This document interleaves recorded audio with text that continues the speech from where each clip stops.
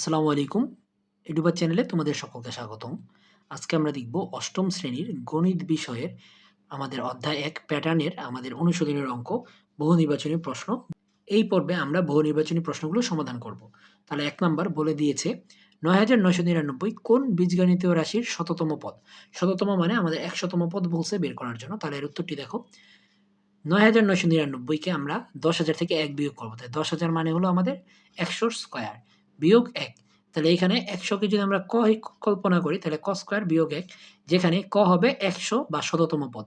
তাহলে অতএব ক স্কয়ার বিয়োগ ১ বীজগণিতীয় রাশিটির শততম পদ হবে ৯৯৯৯। তাহলে আমাদের উত্তর হলো আমাদের ঘ নাম্বার, এই যে এটা। তারপর ২ নাম্বার প্রশ্ন, ১ থেকে ১০০ পর্যন্ত কতটি সংখ্যাকে ২টি স্বাভাবিক সংখ্যার বর্গের যোগফল আকারে প্রকাশ করা যায়?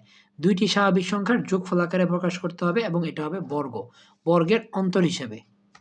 তাহলে দেখো, এরকম আমরা যদি বের করতে চাই ১ থেকে ১০০ পর্যন্ত, যেটা হবে আমাদের বর্গের যোগফল, এর উত্তর হলো গ, অর্থাৎ ৩৫। তাহলে এর কেন হচ্ছে, এই যে এখানে দেখো আমি কারণটা বলে দিছি। ১ থেকে ১০০ পর্যন্ত মোট ৩৫টি স্বাভাবিক সংখ্যাকে ২টি স্বাভাবিক সংখ্যার বর্গের সমষ্টিরূপে প্রকাশ করা যায়। সংখ্যাগুলো কেমন দেখো, ১ থেকে ১০-এর মধ্যে ৪টি সংখ্যা আছে, ২, ৫, ৮, ১০। তারপর দেখো ১১ থেকে ২০-এর মধ্যে আছে ৪টি, ১৩, ১৭, ১৮, ২০। তারপর ২১ থেকে ৩০-এর মধ্যে আছে ৩টি, ২৫, ২৬, ২৯। তারপর ৩১ থেকে ৪০-এর মধ্যে ৪টি, ৩২, ৩৪, ৩৭, ৪০। তারপর ৪১ থেকে আমাদের ৫০-এর মধ্যে ৩টি, ৪১, ৪৫, ৫০। ৫১ থেকে ৬০-এর মধ্যে ৩টি, ৫২, ৫৩, ৫৮। ৬১ থেকে ৭০-এর মধ্যে ৩টি, ৬১, ৬৫, ৬৮। ৭১ থেকে ৮০-এর মধ্যে ৪টি, ৭২, ৭৩, ৭৪, ৮০। ৮১ থেকে ৯০-এর মধ্যে 4টি, ৯২, ৮৫, ৮৯, ৯০। এবং সর্বশেষ ৯১ থেকে ১০০-এর মধ্যে 3টি, ৯৭, ৯৮, ১০০। তারপর আমাদের ৩ নম্বর প্রশ্ন দেখো কি আছে। প্রথম ৯টি স্বাভাবিক সংখ্যা দ্বারা ৩ ক্রমের মেজিক বর্গ গঠন। তার মানে আমাদের ১ থেকে ৯ সংখ্যা বসবে এবং হবে ৩ ক্রমের মেজিক বর্গ। তার মানে টোটাল ঘরে হবে ৯টি এবং ৯টা ঘরে 9টি সংখ্যা বসাতে হবে ১ থেকে ৯। তাহলে প্রথম আমাদের বলে আছে মেজিক সংখ্যা হবে ১৫। তারপর ২ নম্বর বলা আছে কেন্দ্রের ছোট বর্গক্ষেত্রে সংখ্যাটি হবে ৫।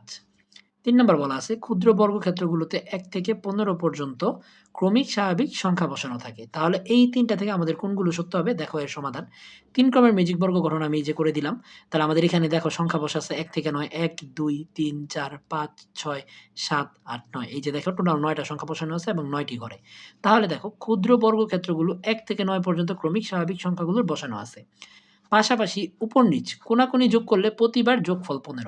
তার মানে তুমি এইভাবে যোগ করলেও ১৫, এইভাবেও যোগ করলে ১৫ বা কোনাকুনি যোগ করলেও ১৫ হবে।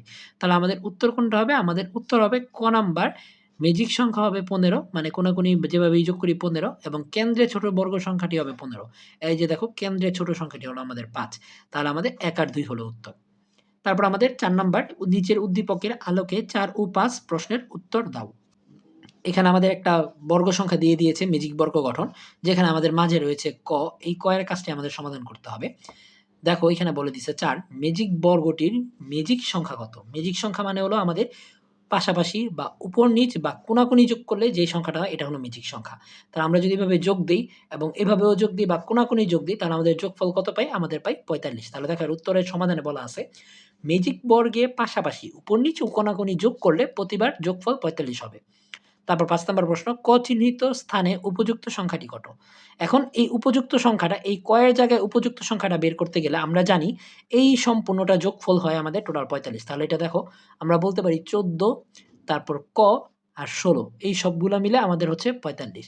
তাহলে আমরা আমাদের কটাকে এই পাশে রেখে ১৪ আর ১৬ টোটাল ১০, ২০, ৩০ টাকে ওই পাশে পাঠায় দিই, তাহলে ৪৫ বিয়োগ ৩০। কারণ আমাদের ১৬ এবং ১৪ দুইটি যোগের, এটাও সমানের ওই পাশে চলে গেছে, এজন্য বিয়োগ। তাহলে আমাদের ক এর মান কত আসতেছে? ৪৫ থেকে যদি আমরা ৩০ বাদ দেই আমাদের আসতেছে ১৫। তার মানে আমাদের এই ক বা মাঝে বসবে আমাদের ১৫। তাহলে এখানে আমাদের উত্তর হবে গ নাম্বার ১৫। আজকে এতটুকু পর্যন্তই। পরবর্তী পর্ব দেখার আমন্ত্রণ রইল। এখনো তোমরা যারা সাবস্ক্রাইব করোনি দ্রুত সাবস্ক্রাইব করে নাও এবং বন্ধুদের মাঝে ভিডিওটি ছড়িয়ে দাও। আল্লাহ হাফেজ।